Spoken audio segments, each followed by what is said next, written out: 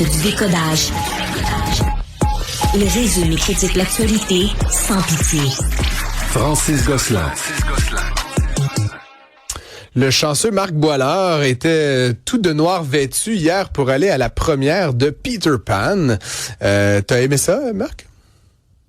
Alors, j'ai énormément aimé ça, vraiment. Il y a un crescendo dans ce show-là qui est exceptionnel. Je vais t'en parler, puis aussi peut-être te glisser 3-4 lignes sur l'économie du spectacle au Québec en général. Là. Ça fait que je te fais mon aperçu du show, les points forts et les quelques points faibles. Points forts, sérieusement, Francis, c'est une démonstration de talent à tous les niveaux que j'ai rarement vu. Quand je dis à tous les niveaux, c'est pas juste, mettons, Benoît Brière dans Capitaine Crochet, Léonard Lagacé dans Peter Pan, mais c'est les gens qui ont fait le casting, la mise en scène de Luc Guérin. Écoute, même le décor, je le comprends pas. Dans le sens qu'il y a une espèce de projection avec de la profondeur. Je sais pas comment ils ont fait. C'est vraiment une énorme production.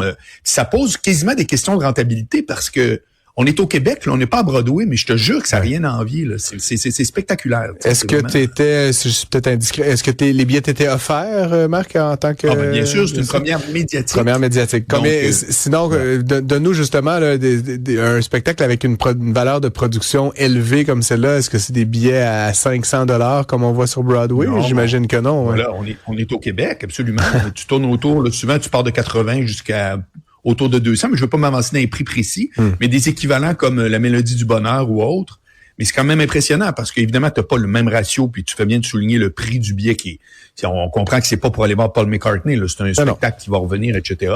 Puis qui peut pas être en tournée partout parce que c'est pas toutes les salles au Québec qui peuvent accueillir ça. En tout cas, fait que ça c'est une chose. Puis je voulais t'entendre un peu, parce que c'est une comédie musicale. Faut aimer ça, voilà. Faut aimer ça, les comédies musicales. Des fois, je suis un grand fan de théâtre, moins de comédies musicales parfois, mais c'est bien, ouais.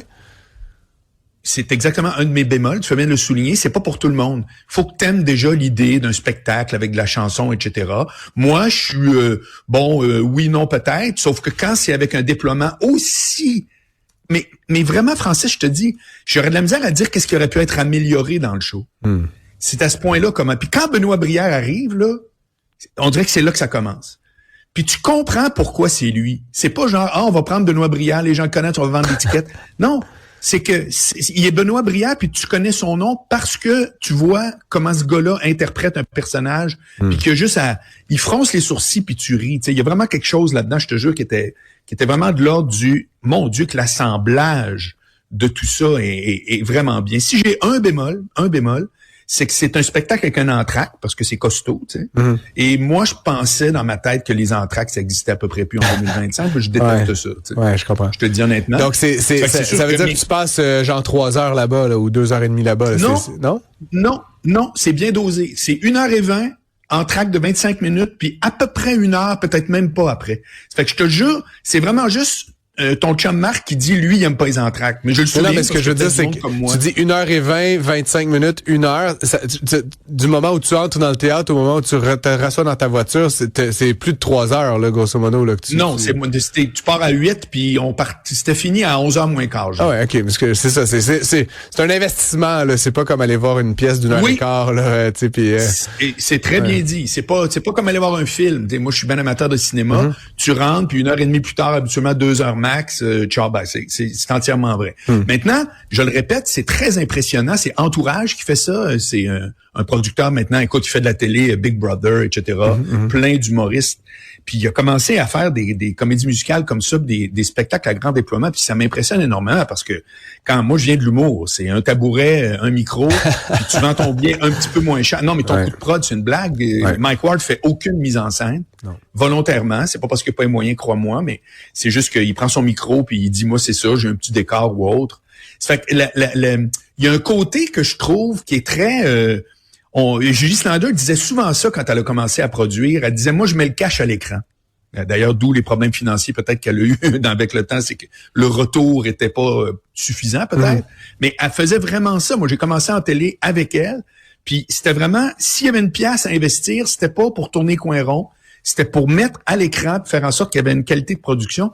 Hier, quand tu vois qu'au Québec, on est capable d'aller jusque-là, moi, je trouve que ça m'impressionne. Je te le dis honnêtement.